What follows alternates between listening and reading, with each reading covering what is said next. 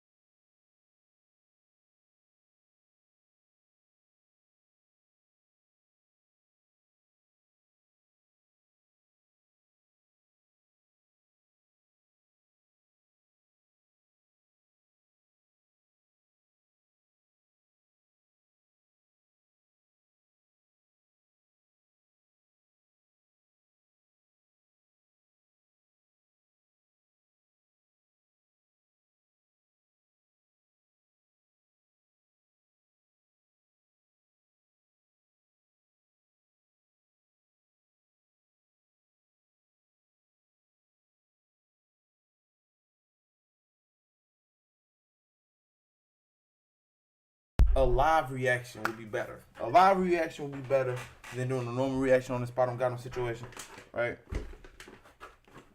In my opinion, that's how I feel about it.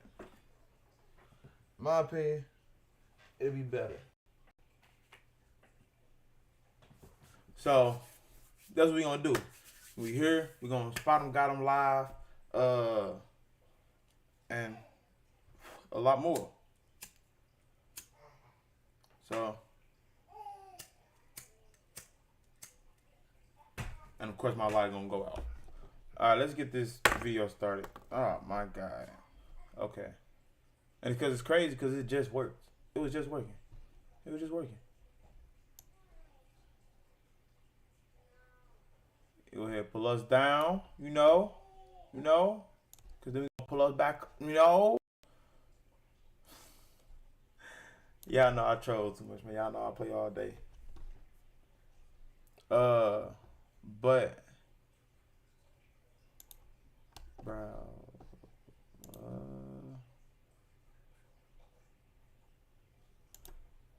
let's do this. Let's do this. Let's do this.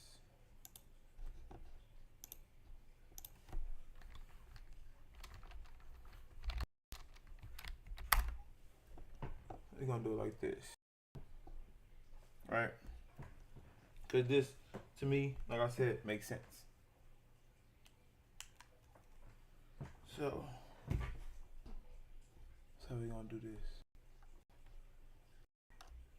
right there. Man, what's up, everybody? Welcome back to another episode of EOS. It's 1090 Jake, man. I'm rocking with y'all. Y'all rocking with me. And for this video, we're going to be speaking on Spartum Gautam getting smashed by the Bloods in Florida State Prison. When it comes to sliding on ops, well, Spartum Gautam wasn't doing any of that, but they was definitely doing it to him. The rapper blew up with his 2020 song Beatbox that turned into a TikTok sensation.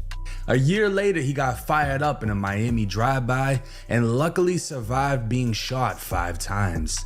A year after that, his rap career would be shot down after it was exposed by yours truly that he snitched on his fellow gang member, Y&R Mookie. Y&R Mookie exited the apartment followed by Nehemiah Harden, who's more commonly known as Jacksonville rapper Spartam Gotham. Both men were detained as an officer conducted a search of the residence. In the bathroom, a 9mm Glock and 9mm Springfield XDS were found fully loaded, each equipped with an extended magazine and a round in the chamber. With the search of the apartment concluded, Mookie was read his Miranda rights and invoked his right to remain silent. So Mookie invoked his right to remain silent. He didn't want to say nothing. Spartam Gotham was then read his Miranda rights and provided the following statement. Spartam said he arrived at the house at 9 p.m., stating he was sleeping on the couch when the police lights shined through the window. At that time, Spartam said Mookie began pacing in the living room saying, "Dang man, the crackers are here." Spartam asked Mookie why he was freaking out, and Spartam told officers Mookie just kept repeating, "Dang man, dang man." Spartam stated he then observed Mookie walk into his bedroom and then walk out with items in his hand and a t-shirt covering them. Officers asked Spartam if he had any guess to what Mookie was carrying in his t-shirt, and Spartam said, "A pole." I think So I mean, this is the thing, right? The police are asking, what do they think he had? And, you know, Spartam Gotham says guns. All right. I mean, we're going to be right back. All right, we're going to be back. It's like you're basically putting the guns in your homie's hands. You know what I'm saying? You're literally confirming that they were his, and then they found them in the location that you told them they would be in. I asked Harden if he had to guess what Jackson was carrying in his shirt. Harden said a pole. I asked Harden if he had used the bathroom since he was at the residence tonight, and he stated he did early in the evening. Harden stated the toilet flushed properly, which made him believe there was nothing in the water tank of the toilet. Harden stated Jackson was the only one to enter the bathroom prior to police arrival. Remember, that's where they found the gun. So you basically told on your boy. With Spartam's reputation getting smoked online, Lil Durk would go as far as sending him back the $100,000 Spartam paid for a feature. Considered a TikTok-driven one-hit wonder, none of his releases would exceed beatboxing views, and the music began to slow down. Spartam was now making headlines for his arrests. A parking attendee was standing on business, telling Spartam and his 4-car entourage they need to pay the $80 parking fee. That's when the rapper pointed a gun with a green laser at him before telling him, "You know what it is," and fleeing the scene. Spartam would also be arrested for trying to flee police on a jet ski, and again for a high-speed chase in a Corvette which crashed. Officers recovered a Glock with a switch and found Spartam hiding in a shed. Fast forward to August 30th, 2024, Spartam would be sentenced to 3 years, 8 months, and 19 days in Florida State Prison. The internet began speculating if Spartam would last, knowing he stands a whopping 5'4", and truth be told, it seems like Spartam was ready to find out. On September 20th, 2024, Spartam would enter the Florida Department of Corrections, and only 1 month later he DM'd me saying, "All my brothers murder. I put on for this shit. I'm G's with all the homies. I got the blanket wrapped around me. And once my brother Mookie come home, all the fool ass allegations gonna be over with. I see you, homie, though." So to translate, Spartam Gotham's been claiming sex, money, murder for years. He's always throwing up B's, whatever. And he's basically saying he's with all the bros. He's with all the bloods. He's good. They got the blanket around him, meaning he's welcome. And he's saying Y&R Mookie is going to clear his name when he comes home, as if we all can't read the paperwork for ourselves. You know, Y&R Mookie, that was your boy. He can forgive you, but the paperwork is the paperwork. Yeah, you can't change that. Pictures would even make their way to the blogs of Spartam in cells or in the bathroom, showing not only was he in prison, but he was in general population. Unfortunately, the shit didn't last long. A Florida blogger slash TikToker from Madison County named DG Did It would post to Instagram a conversation with a current prisoner who not only witnessed Spartum get smashed off the pound, he ordered the hit.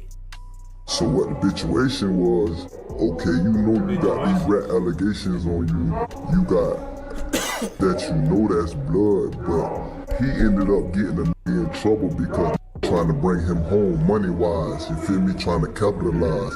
So fool go to trying to be blood, so but before the got to the camp, the homies had already told him he can't be blood. So he tried to be west side, then he tried to be east side, then he tried to be Valentine. You feel me? He tried to jump to these different hoods, but had already stamped, you can't be blood. There's no rat, that's our laws. There's rules to this shit, you get what I'm saying? Long story short, bring him home one-on-one, boom. The nigga who bring him home, we had a meeting with him, tell him that's a dub, he can't be homie.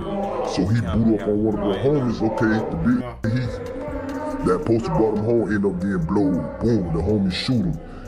Just out of disrespect that you trying to bring a rat home, so you really saying fuck blood, there ain't nothing bigger than this beef. So then a little fool go to talking sporty about, you know, how he living on the streets, whatever, to one of the bros. But at the same time, being that you was stamped as a dub and you can't be blood and you allowed to bring you home anywhere, now you just show major disrespect to the nation. So we gave them boys like 24 hours to get them off the compound. And shit, it wasn't happening. Okay, boom, fool ended up checking it in. I guess somebody ended up calling his old girl, so his old girl called up here, they put him in the box. So Lil Gangsta, I ain't gonna lie, Lil Gangsta signed a waiver saying he don't wanna leave the compound. You know, he wanna stay on the pound, so he signed the waiver saying that if anything happened to him, they irresponsible, they let him back on the pound. So now me and the bros are looking like, my bad, but me and the bros looking like, that's a dub, fool got to go. So they ended up, the nation ended up stamping him as a plate. You feel me? So they ended up saying that he was a celebrity. So when a become a celebrity, meaning shoot on sight, you feel me? You get what I'm saying? So when the homies get called to perform, nobody couldn't catch him because he wouldn't leave the dorm. You get what I'm saying? And then the officers, they not green, so they got whiff for everything. So every time he moved, they would move with him. Ain't this snitching though? I mean, really, let's think about it. Ain't this snitching? This is snitching. He's telling. No, the disguising your voice don't matter. Like, they know it's you. Like. So you know me being who I am, you feel me? I'm walking with the homies like, yo, y'all making us look bad, cause when it's a who that on the plate, if it's a plate, he got to get off the compound. Cause then guess what? That compound go to looking like they not standing on business. So long story short, it was orchestrated, put the play in what it was, so he ended up getting out of confinement. When he ended up getting out of confinement now, he got to go to pick up his property. So when he was going to get his property, they had already orchestrated the play like this the best time to get him because he don't go nowhere. So we thinking it's gonna be sweet, but everything moving funny on the compound because it's like they know what's up. So he had a lady, an older officer, follow him. Well, she wasn't following him, my bad. He was walking over there, and it's like, while we about to get him, you get what I'm saying? The lady just called him out the blue, like, hey, spot him. He turn around, he go holler at her. I'm like, damn, that looking funny, because you know I'm not there to shoot. I'm really just there to make sure nothing gonna go wrong. So she walked back with him, but she put like a little 20 feet gap between her and him, so it ain't nothing else to say. The homie pulled up on him, shot him in his face and his neck, bump, blowed him. He ran across the glass towards where the lady was, so she like, you feel me, what's going on? Like, what's going on? He wasn't saying that at first, so then she see the blood leaking. He pointed back talking about, oh, some same rat shit, oh, niggas over there. So I'm looking like, man, bitch, he pointed at me and my dog, like, you feel me? But the nigga who shot him already gone, you feel me? No face, no case, so like, it wasn't on camera, it was in a blind spot, so he ended up getting gone, you feel me? But yeah, that's the whole situation with him transferring, bro. And everywhere he land at, it's gonna be a problem, you know what I'm saying? Now, Spartum Gotham, or at least someone using his page, would go as far as commenting on DG Did It's video saying cap. So I requested the paperwork, and It's far from cap. In Florida State Prison, there is no such thing as PC, otherwise known as protective custody. Instead, it has another name, PM, or protective management. Florida doesn't offer PC yards like California or other states. Instead, they just put you in confinement, send you to a different prison until you get stabbed again, or send you to a prison that offers protective management units, aka PC dorms. Well, on June 6, 2025, inmate Nehemiah Harden, aka Spartum Gotham, would have a protective management interview with an officer. Spartum would complete a DC 6-112C, which is a witness statement form, but signed Section 3, a voluntary refusal to make a statement. The review would state Spartum was at the property line when he was assaulted by an unknown inmate.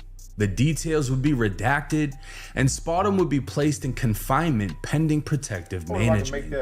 So the story of Spartum being attacked in the property line appears to be true. I'd also get a copy of the incident report stating the same thing. It would also say Spartum would be known as a rapper, and they recommend placing him in a PM unit. So while Spartum allegedly signed a waiver thinking he was good in general population, he immediately got smashed off the pound and placed in a protective management before being transferred away. Now, the way they did this was essentially perfect, because when you get out of confinement, everybody knows you have to go to property. You have to go grab all your stuff that's basically been stored in there while you've been in confinement.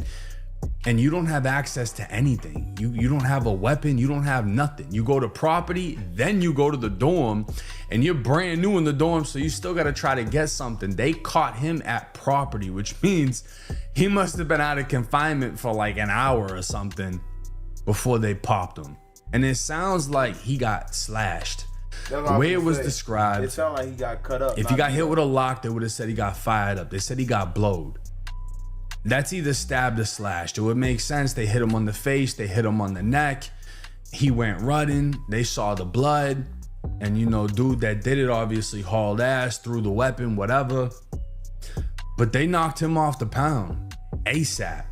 And the reason being was, if you pay attention to the story that was told, there was a blood who wanted Spartum to be a blood so that he could extort him. So he could be cool with him for the money. And he brought him home in a one-on-one. Meaning they got in a cell and most likely pretended to fight. And he was like, yeah, homie, you blood. Just make sure that money comes through. So they popped the dude that did that made him a blood. And then they popped him just because. Now, this whole situation is ironic, being how the internet was just up in flames about Boosie saying Kodak Black was PC in the feds. Young Thug would defend Kodak, saying he was smart for being PC. And well, this is a clear-cut example of what happens when you're no good on the yard and you decide to walk it. Yeah. You either fire off and get yourself removed, or you fall victim. Yeah, you tough. Now, the Bloods have made it clear he's a plate as heard on the audio, meaning any compound he hits with Bloods, they are expected to remove him. But Spartum Gotham is clearly trying to stay ahead of the game, so he joined the Muslims. The one group that will accept any gang reject in Florida State Prison, defend them, protect them, etc. Honeycomb Brazy even spoke out on rappers debating PC, saying, hell nah, I ain't going to no PC. I don't give a damn if someone got a gun in the dorm. Boy, that's hard over there in PC. 23 hours a day on lockdown. You can't do nothing but be Muslim when you come home. Well, now, Spartum Gotham is Abdul Latif, and he's been transferred to Moorhaven Correctional, a private prison that only houses medium, minimum, and community custody levels. Now, the highest custody level you can have in Florida State Prison in general population is closed custody. And the fact that they aren't even allowed there, I'd assume he's at a sweet private prison they deem safe enough for him, as he's no longer in confinement. Spartum Gotham's current release date is set for January 2nd, 2027. So basically, he got popped, they transferred him, they put him somewhere sweet, private prison where they're gonna have the best canteen, and they probably got ACs in that motherfucker. The private prisons are way different than the state prisons. And Yeah, I mean, they flat out saying he's no good. The time that he DM'd me, he was probably confident because he was getting. All right, let's switch gears a little bit. We're going to stay in Florida. Do y'all remember the Fulio shit, right? Okay. Of course, y'all remember the Fulio shit. All right, y'all know his killer. It's so easy to become a podcaster with Riverside. Right, we don't want to hurt you. Y'all know his killers got caught, right? Right, boom. Right? Which I know the girl was involved. She basically walked, right? She basically beat her case. You know what I'm saying? She basically good. So it's just these niggas, right? All right. So apparently, Cuff Boys, shout out to Cuff Boys. He said he feel like they cooked. Now, I was just hearing differently probably a week or two ago, but now we hearing it's over with for him. But we're gonna dive into this and see what's to this. And hey, if y'all want if y'all can suggest any topic that y'all know about that y'all want to talk about, let me know. In court for motions. All right, the defense lawyers actually put up a huge fight today. They're trying to stop the jury from seeing the previous shootings of the gang war. They start back in 2018 all the way up to 2023 of murders, and they don't want these in. The judge rules at the end of the video. Hit subscribe. Let's go. I had taken under advisement Rashad Murphy's motion to allow testimony of the impact of defendant's execution on family members. All right? So, yeah, just let him know. And really, and this applies to Mr. Rashad Murphy and all of the defendants in this case, obviously, if we get to a penalty phase, you and your counsel can and should tell the jury every great thing about you, every redeeming characteristic about the totality of your life. Okay? So, all right, very good. That's a W for the defendants right there. What's this man writing down? And I didn't agree with that for a lot of reasons, but having done a little more research, I don't see a reason why his possession of a firearm, being under 21 and over 18, was unlawful. I know that's what the officers apparently believe, but I don't see a reason why that was unlawful. And if the state, has a reason that I'm missing, I'm sure they can bring it up. But to go back and read the rest of that question, after having done some other research, it would, if he was under 18, it would have been unlawful. But I don't believe possessing a handgun between 18 and 21 is unlawful. Okay. Ooh, this lawyer, he's fighting to try to get this gun evidence out as hard as he can, man. It's very incriminating. Judge, it is securely encased. I think that he is correct, but there is a law for that. But what he was arrested for was the possession of drugs and drug paraphernalia. No, I understand, but I think the argument was made. I think law enforcement took the position that was also. They did, Judge. They believe that, and correctly so, that there is a law that if you are under the age of 21, you're not allowed to possess a handgun. But there is also additional part of that statute that says as long as it is securely encased, and it's our understanding that that was in the console of the car. So do you agree that would have been securely encased in the console of the car within the meaning of that statute? Yes, Your Honor. Okay, all right, thank you. We will move on to argument regarding the various motions as it relates to the gang evidence. Gang evidence, it's a big deal here. I mean, jury hearing all this, you know what I mean? Seeing all the evidence, the pictures of them as gang members and all that. Hearing the state first is for the state to articulate exactly what it is that they're intending to admit. So that's my motivation in asking the state at this point to proceed, is for them to identify on the record exactly which incidents they are intending to introduce. Support me on Patreon for just 10 cents per day. I'm putting up bonus videos on there, uncensored videos. Thank you. And then I will have the defendants argue their various motions. Thank you. So if I'm looking at the state's motion, it looks like you're going back as far as 2018. So it looks like, pursuant to the motion itself, August 18th of 2018, Joe Rod Adams, also known as Spaz, was murdered at a Rains High School football game. Adams, it's alleged, was a 1200 associate. Robert Howard and Adrian Bibby Gaynor were suspects in the homicide of Adams. Howard and Gaynor are six block members, and Robert Howard was convicted and served 5-year prison sentence for manslaughter and aggravated battery on that case. I believe Robert Howard was also a victim in this case, and he did testify in the Andrews case. The state also alleges or discussed in February of 2019, Adrian Bibby Gaynor was shot and killed in Jacksonville, Florida. Adrian Bibby Gaynor is known to be close with the victim, Charles Jones, and is associated with 6 Block. Hakeem Cousteau Robinson and Leroy Scotty Whitaker, gang members of ATK, are currently charged with murder for the death of Gaynor. Then the state identifies August 16, 2023. I'm pretty sure Queso just pled guilty to that, right? Didn't Queso get like 10 years for the murder of Bibby? I think like a month ago or something? Jaquan Pickens, Bully Gang member, was shot multiple times and killed. Bully Gang is associated with and allied with 6 Block. And then August 17th of 2023, there's an attempted murder of Jacoby Beals, a 1200 gang member. This shooting was believed to have been committed in retaliation for the murder of Jake Pickens that occurred the day before on August 18th. On October 7th, 2023, Antonio Tilley, ATK gang member, was murdered. Members from 6 Block claimed credit for the murder on social media. On the same day that Tilley was murdered, immediately after, there was an attempted murder committed against the victim in our case, Charles Jones. So I'm assuming, are those all of the prior incidents of gang violence that you were seeking to introduce? Yes, Your Honor. That's what was outlined in my motion that we responded to, the motion for severance for Rashad Murphy. It's also what we have listed previously in all the defendants' case as under notice of inextricably intertwined evidence, Judge. Along with, there are some drill rap videos that also mention some additional gang members. So state right here, she's saying it's all intertwined. It all has to be shown together to show the whole context of everything. To introduce, and Judge, it is the state's position that those 6 incidents, as well as the drill rap videos that we have listed in discovery as inextricably intertwined and evidence of motive, is relevant to this case against all of the defendants.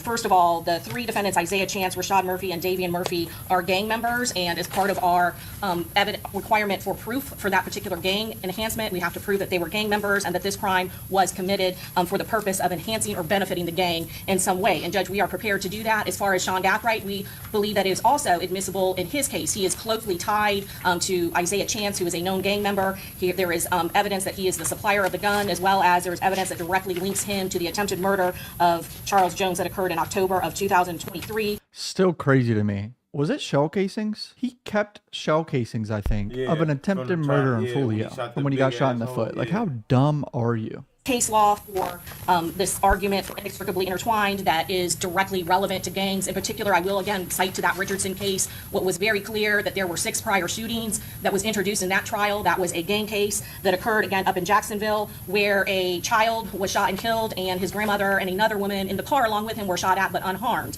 And what the court went through is this whole argument about inextricably intertwined, and the state in that case was able to show to the jury through the documentation by the gang itself, that's how it qualified these drill rap videos, was the fact that this gang war was documented by the gang members themselves on social media, by not only drill rap videos, by social media postings. All of that was evidence of motive, and the court acknowledged that that was highly prejudicial, especially the prior shootings, but it was not substantially outweighed by the probative value of motive, and that is what this is in this particular case. It is motive. It tells why, in Richardson, why that baby was shot, because there were gang members that were standing on the street where that baby and his family were, and it provided the explanation why that shooting happened, the motive, all of the reasons, and give context to why the shooting happened. And so it is highly probative, motive evidence in any case, by the probative value, and it is necessary for us to be able to actually explain to the jury what led up to this shooting, what was the motive, why they all came down to Tampa in one day for the specific purpose of shooting Charles Jones. And it all has to do with this back and forth gang war that is going on. 3 of the people of the 4 that are left are part of the gang that are allied together that dislike Charles Jones. Those drill rap videos, the evidence on social media that shows the back and forth, all of those are connected to these 6 incidences that we have alleged. In particular, Adrian Bibby Gaynor has a relationship. He had the nickname Spaz, was a gang 1200 associate, and is related to the Murphy. So obviously, going back to that specific case, especially since Robert Howard, who is also a person that was with the victim when he shot and is a witness in this case, is relevant and gives history to the significance of the motive in this particular case. Okay, there was testimony that Joe Rod Adams is actually the brother of Davion Murphy. Is that correct? Judge, there was testimony, I believe, by one of the detectives. They knew that there was a relationship. They had him referred to as a brother, but they were not absolutely certain as to whether it was a brother or a cousin, but they are sure that there is a relationship between both of the Murphys and Joe Rod Adams. Okay. But he did at one point believe that he was a brother to, I want to make sure, Rashad Murphy, and cousin to Davion. I now believe that that is the reverse. So I was going to ask you, what Wait, if you were locked up at any Illinois juvenile detention center, such as Cook County, what is the state's proof? Unless the defense is conceding that they're related. Mr. Gonzalez? Excuse me.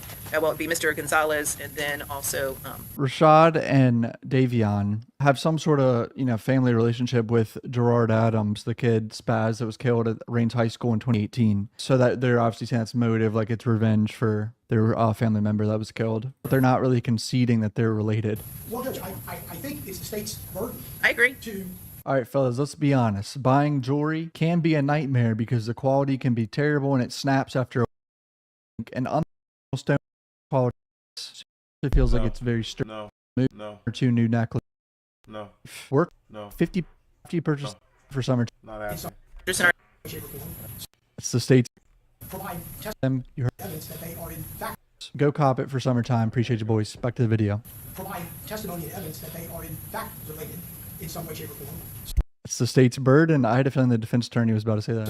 Okay, same, Mr. Sonardi. Okay, I'm just asking the question. Okay, so what's your proof? Statements are calling Mr. Joe Rod Adams. Whose statements? Mr. Murphy and Mr. Davion Murphy and Mr. Rashad Murphy refer to Joe Rod Adams as their brother. And was that in text messages or In their interviews. in their interviews? Correct. More recently, there are phone calls which Davion Murphy has made with his mother, which indicated the relationship as cousins. The detectives' evidence as far as following the gangs that they provided to us in preparing for the case were that the relationship established that they believed it to be was a cousin relationship. But the reference that we have is that they are brothers. I cannot tell the court whether that means that they are blood related or they just refer to each other as a brother. Okay.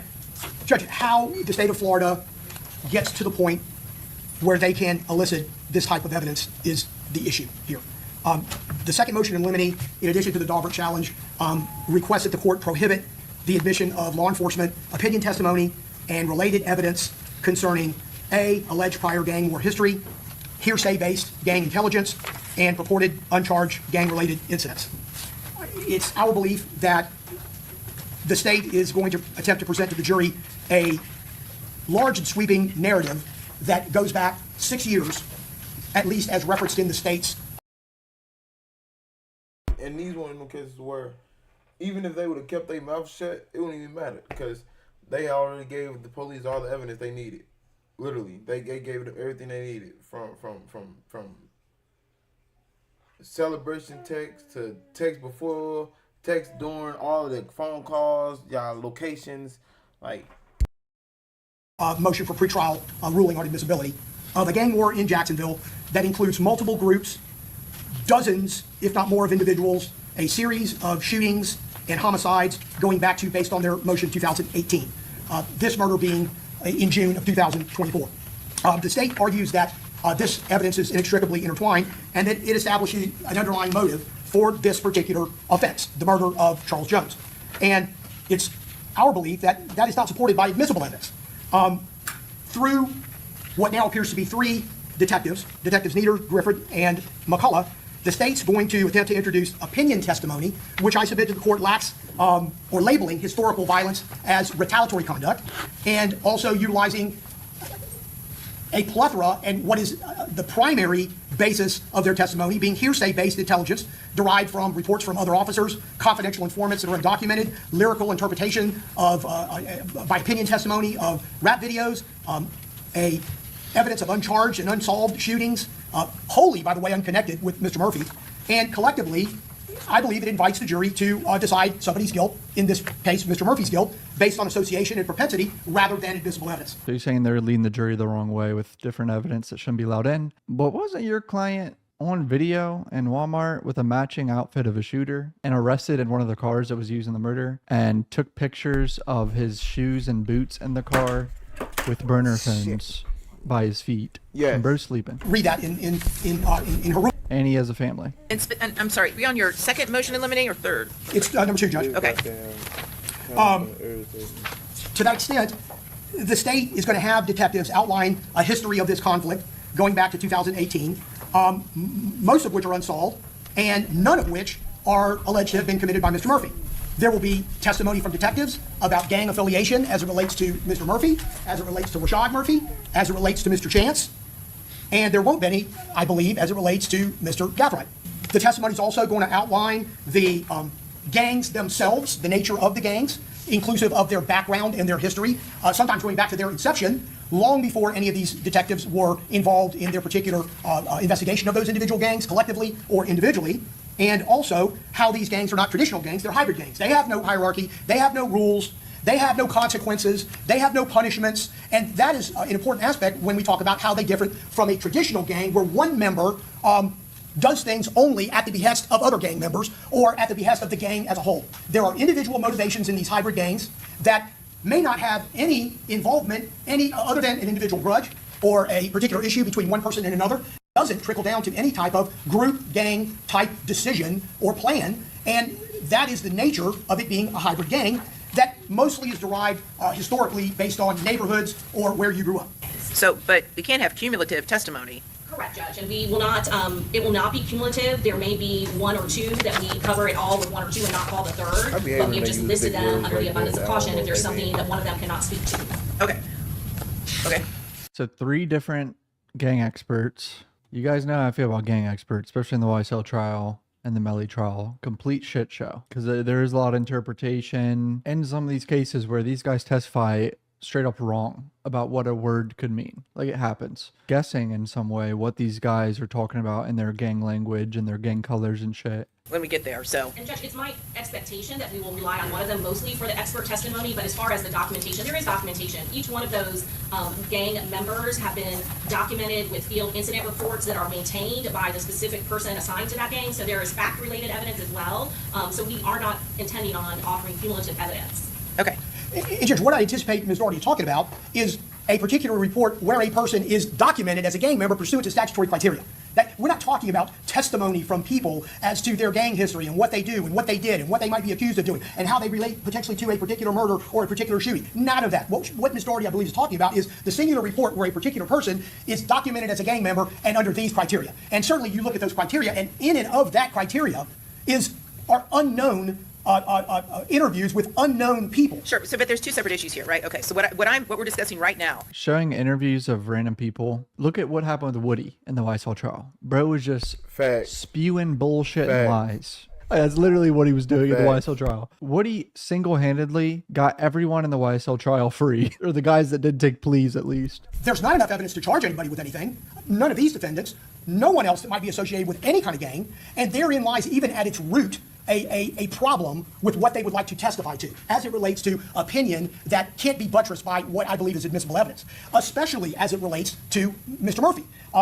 This is a good lawyer. Like, he's really going for it. All the opinions, interpretations of these gang experts bring in, how is it all admissible? It's a very thin line. Law enforcement testimony that establishes a victim, that talks about a perpetrator's gang affiliation, but no testimony about any one of these individuals specifically involved in any one of those circumstances, except for maybe some testimony as it relates to. Look at he even say something too. Oh, looks like he's sorry. I can't feel bad for him. I don't either. There's a significant amount of evidence that says he fucking murdered someone, but he don't look too happy. Sure, Jones. Look at him. Look at him. He's just sitting there looking dumb. Look at him. That's the I got caught face. Is attempted murder on October 7th, because they're going to take a leap and they're going to talk about Mr. Chance and potentially Mr. Gaffright, but most of them better friends. Without establishing this gang association, and I don't mean criteria under 874, I'm talking about evidence from witnesses. I think the state's intent here is to try to fill this evidentiary gap with testimony from one or more of those detectives, and they're going to cloak it as expert testimony or opinion, but regardless of whether it is, it's based on hearsay, it's based on speculation, it's based on contextualized inference, none of which is admissible under 702. Hey bro, can you make me something that sounds like I just died, went to heaven in Japan, and some angels started singing to me? Sounds like the YSL trial. That is crazy. The murder of Joe Rod Adams. Mr. Howard was convicted of manslaughter in that case. Yes, he was, and will be a witness in this case, correct? It's Kenny Capps, I believe. Robert Howard, he's going to testify. He's a state's witness again. He did it in the Alicia trial. He got prison time for the murder of Spaz in 2018. Only got manslaughter. Waiting to hear what he might say on the stand under oath about gangs. Okay, well, and about gang association. And again, the only reason I raise that is because that's actually someone who will be testifying with direct knowledge of these incidents, right? Direct knowledge of what, Judge? Of he was convicted and served a 5-year prison sentence for the manslaughter and aggravated battery. Yes, I believe he will testify under oath that, in fact, that's the case. Which means he can be cross-examined. Correct. Which is my point. Yes, Judge. And now what other contextual knowledge he may have about anybody here or gangs in general? No, I know. I'm just trying to draw the distinction between at least that incident. The state will have some direct evidence with a witness who then can be cross-examined. Yes, Judge. Okay, all right. Now, I don't believe it will be, as it relates to evidence that I'm suggesting in this motion, is inadmissible or not inextricably intertwined. But nonetheless, we get there when we get there. Right. Judge Adrian Bibby Gaynor, Hakeem Kesu Robinson was charged in that case. Right, and that was from February of 2019. Yes, Judge. Okay, then we move on to August 16th of 2023. Yes, that's Jake Pickens. That case is unsolved. Jacoby Beals is unsolved. And that's from August 17th of 2023, correct? That's correct, Judge. Okay. Then October 7th, Antonio Tilley, Jawan Mills was convicted on that case. Look at him. Look dumb. Look at him. That's the dumb look. But I don't believe there's any gang association based on testimony from detectives, and I'll get to that when I get to that individual case. And then we have October 7th, which is Charles Jones' attempted murder. That is unsolved as well. Okay. Essentially, just briefly, Detective McCullough, when asked, are you saying they're claiming credit for some of these shootings? What do you mean by that? Well, they'll get on social media, Instagram or Spaces or Clubhouse, which is like a social media platform, and they'll just start talking about it. he got what he deserved, stuff like that, you know, just claiming, basically taking responsibility for it. None of that insinuates anyone is taking responsibility for anything. They are rapping about it. And he says that in one part of his response, but then would like to suggest that basically they're taking responsibility, which again is an inadmissible opinion on his part that's not buttressed by any evidence.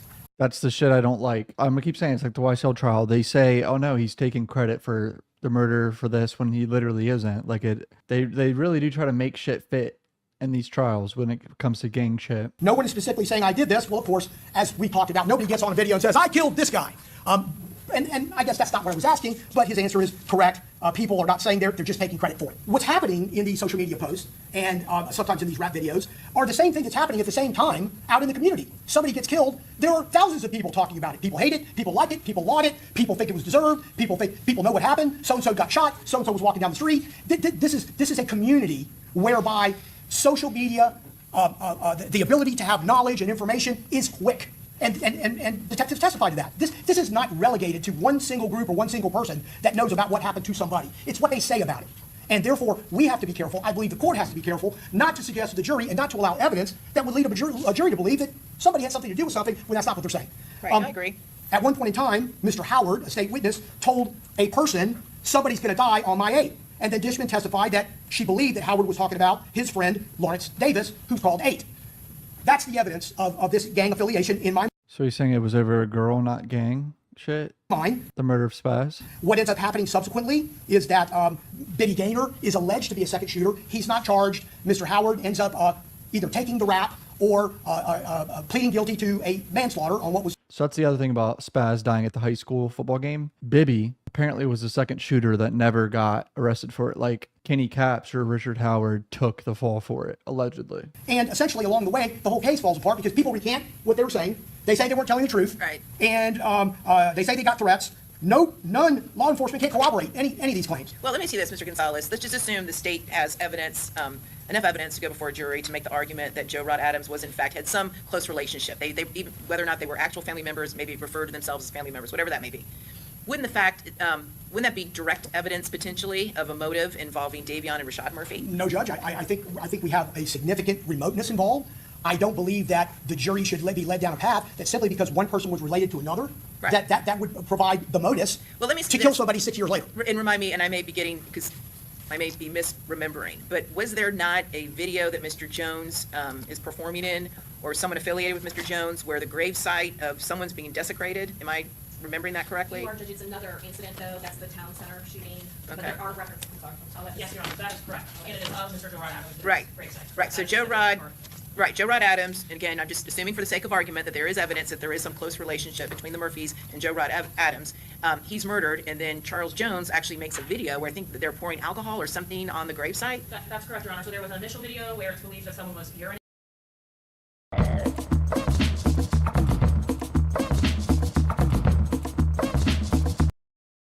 On the graveside, right. Mr. Jones is alleged to have taken that a bit further and made an actual video with beverages or something. I think that Detective Drabeck, in his deposition, stated that as it relates to Gaynor's murder, that although he was a suspect in Adams' murder that he wasn't charged with because everybody recanted, that he opined that Adams' murder was not the nexus for Bibby Gaynor's murder. That's what he says on page 29 and 30. Instead, he believes that the murder happened out of pure opportunity, not revenge, not retribution. And that's his sworn testimony. That's interesting. Not revenge. Just Queso was just in the Hilltop Apartments and saw him and was like, oh shit. Like it wasn't revenge, but... And same ability that he's going to be testifying to. Somebody else told him that we don't know who it is. Some social media post said it. Some Instagram Live said it. It's not documented. There's no report. There's no witness that's going to testify to it. But can't gang experts testify to that? No, Judge, I don't believe they can. Judge sounded like she's gonna let this shit in based off the way she just said that. In fact, potentially admissible against one defendant and shouldn't be admissible against others. Which is what? Which is NIBIN matches between the shell casings recovered on October 7th at the scene and casings found in Sean Gathwright's vehicle. And essentially, Detective Nieder, based on the same analysis, is going to say that Jones was shot in retaliation for Tilly. And he believes that Isaiah Chance was involved, and his opinion is that Chance and Gathright were close friends, spent a lot of time together. Well, the state's not going to be able to get into that.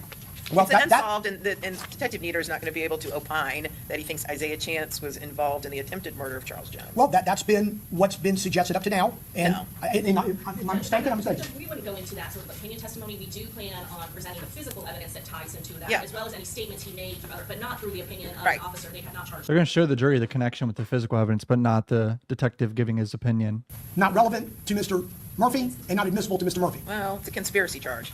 Judge, again, we'll get to that because that's what the supplemental. That's what the supplemental. Well, that's a separate issue. So right, let's just supplemental stay, issue. let's just stay Yeah, Judge, focused. Judge. So, listen, no gang. If the state calls a gang expert, whoever it may be, they're not going to be able to opine about culpability of anybody who hasn't actually been charged or arrested or proven guilty. So that's not going to happen. Okay, because certainly Detective Nieder was very clear when he said that Chance was upset with ATK. Well, I understand. Law enforcement says lots of things in depositions that never come before a jury. Understood. That's why we want to make sure that that's Yeah, covered in it's a motion not. like this. So, Judge, at the end of the day, again, I would rely on the motion and the particularity it sets forth, and essentially tell the court that the state can only establish the connection between the charged act and the prior act by relying on the detectives, in my estimation, I believe buttressed by the case law, improper testimony of lyrical interpretations. We skip through that part, but it's in the motion, and what somebody thinks something says without it being coded language, without it being a circumstance where this language is used over and over and over and over again, which would allow an expert to testify to it.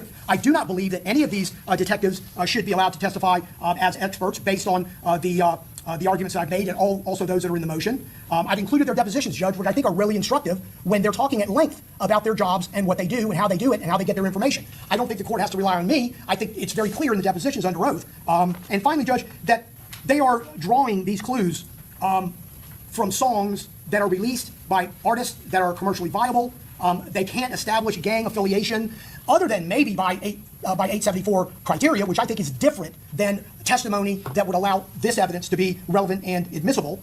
And especially to show that there's a motive for these killings, it should be done with competent, non-hearsay evidence. And those prior acts are rendered irrelevant when they're not done. I don't like the way. Hey man, he did a good job. He Let's see what the state says. Oh, here's another defense lawyer. That Mr. Davion Murphy was basically incarcerated either in the Jacksonville County Jail and Florida State Prison from 1916 until almost to January 2023. Jamie, 2016?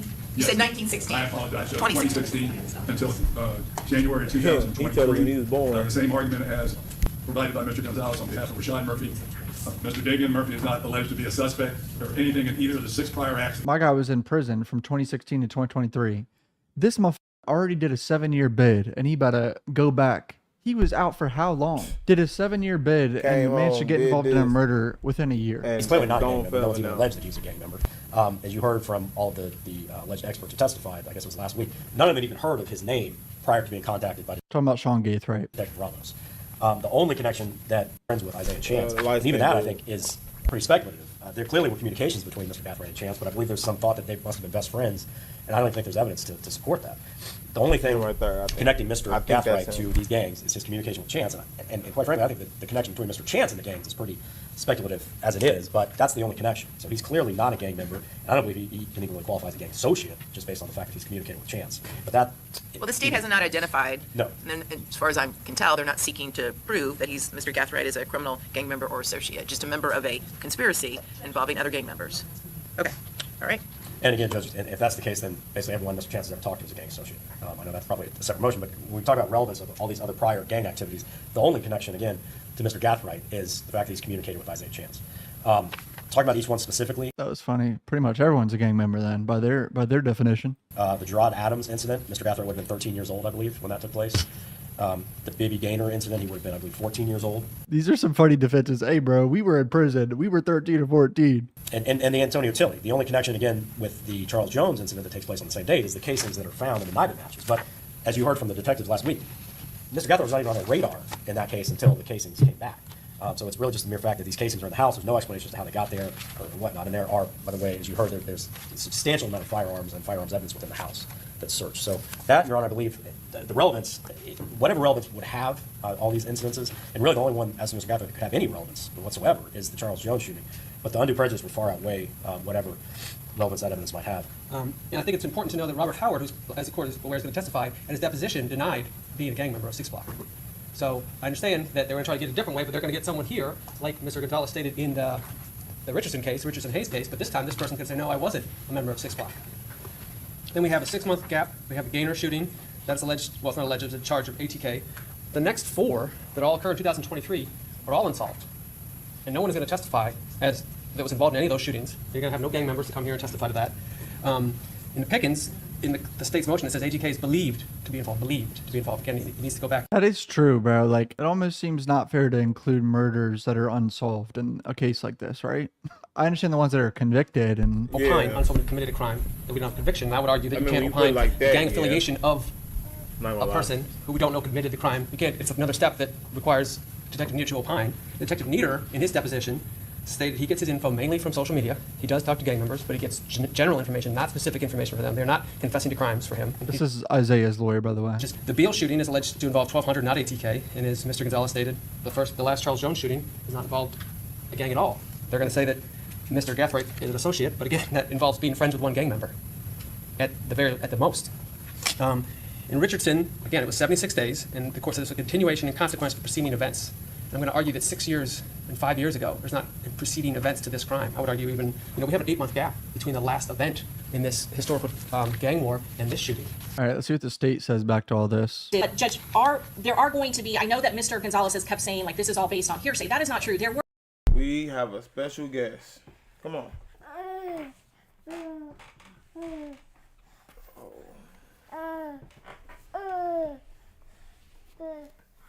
Yeah. Welcome to the stream, baby. Yeah. There were some additional witnesses that were listed that were involved in those 6 other cases. And again, it's not going to be a feature. What I plan to do, Judge, is to have either a first responder just testify briefly within 2 to 5 minutes that they responded to that homicide, who the victim was, and then the gang expert is later going to connect up that victim was actually a member of one of these gangs. And then the next day, these are real things, real facts, real deaths that did happen, and the victim of one gang is killed, and then the next day, a victim of the opposite opposing gang is killed. And so, Judge, this jury should have a real, true, accurate picture of the very gang war that is going on. And these incidents also, even though they exceed the time frame, I understand what they're saying about Richardson and Hayes, the particular of that gang war, the escalation of violence, but it was 6 shootings that occurred back and forth, happened in a very short period of time. It's different in this case, but the incidences that we have selected are relevant to this case, and some of the relevance doesn't even have to do with any of them. It has to do with the victim and as a consequence with all of them, because the victim in this case, the motive for, and obviously one of the rap videos that we're going to introduce, and the motive for why they did not like him and were very upset and angry enough to kill him is his drill rap videos. And certainly that also goes to our gang experts' testimony. They do have specialized knowledge. This is something that they all have years of experience in this gang unit where they are monitoring this activity on social media, and it's not hearsay. They are visually monitoring it, and they see a death happen, and then within 2 or 3 days, sometimes within the very next day, there is a video that is posted detailing and ditching the person who was just killed. Well, desecrating someone's gravesite is pretty provocative behavior. Yes, Judge. You don't say. And is inextricably intertwined and shows why he was targeted and why he was killed. And Judge, when you talk about the hearsay, that is why we have listed either a first responder or the detective. Detective Nieder actually responded to some of those incidents. So we are not going to call 6 witnesses, but certainly the ones that he did not respond to, we have just listed a first responder, or we have listed the detective who actually went on scene and can say, on this day I responded, this person was killed, and his name. And then we will go to our detective to say that that is a confirmed member of 1200, or that is a confirmed member of 6 Block or Bully Gang, which is a subset of 6 Block. So this by no means is going to be a feature of the case. And all of these detectives, even within the depositions, were honest and said they didn't know that that was an unsolved case. But certainly after a case where a victim is identified as a gang member and the opposing group then posts a video claiming credit, making fun of that victim's death the very next week or within a short time period, certainly that is a specialized knowledge, and it goes to the very heart of this case and the very motive why our victim was killed. And the probative value of motive, wanting to kill the victim, has a high value, and it is not going to ever be outweighed by the prejudicial nature. And that is what Harris and Richardson really explain when it let in 6 other shootings into a case, because it gave the jury an accurate depiction of the war, the escalation of this gang war, which led to those 3 people being shot and a child being killed. And so both sides are convincing me. I don't know what the judge is gonna do here. She's gonna look at the law. She's probably gonna let it in, bro. Like, come on, let's be realistic. In establishing its case, the state is entitled to present evidence which paints an accurate picture of the events surrounding the crime charged, but cannot make the evidence of other crimes the feature of the trial or introduce evidence solely for the purpose of showing bad character or propensity. Collateral crime evidence, regardless of its status as similar or dissimilar fact evidence, is admissible if it is inextricably intertwined with the charged crime. Collateral crime evidence is inextricably intertwined if it is necessary to 1, adequately describe the deed, 2, provide an intelligent account of the crimes charged, 3, establish the entire context out of which the charged crimes arose, or 4, adequately describe the events leading up to the charged crimes. Additionally, evidence is admissible if the prior incidents are relevant to several material issues, including motive, intent, and identity. So based upon the facts and the motions and the arguments of counsel, I am going to find that the 6 identified incidents in the state's motion in limine are inextricably intertwined, and they are relevant to motive, intent, and identity. Okay, so those, just as a threshold, those 6 incidents are admissible in this case. Cooked. And it's not good for the defense. I thought they had some good arguments there, but she cited the other case, that what the judge said. She's going to follow what that judge said. So not good for the defendants. This trial starts in like a week or 2. I think like 2 weeks. So I'm going to be covering it. I think it's all of April and a little bit of May is what they have scheduled. I don't know how long of that is jury selection. Probably a week or something. April and May will be this trial. So hit subscribe. And we will be... And we will be covering it, too. You know what I'm saying? We will be covering it, too.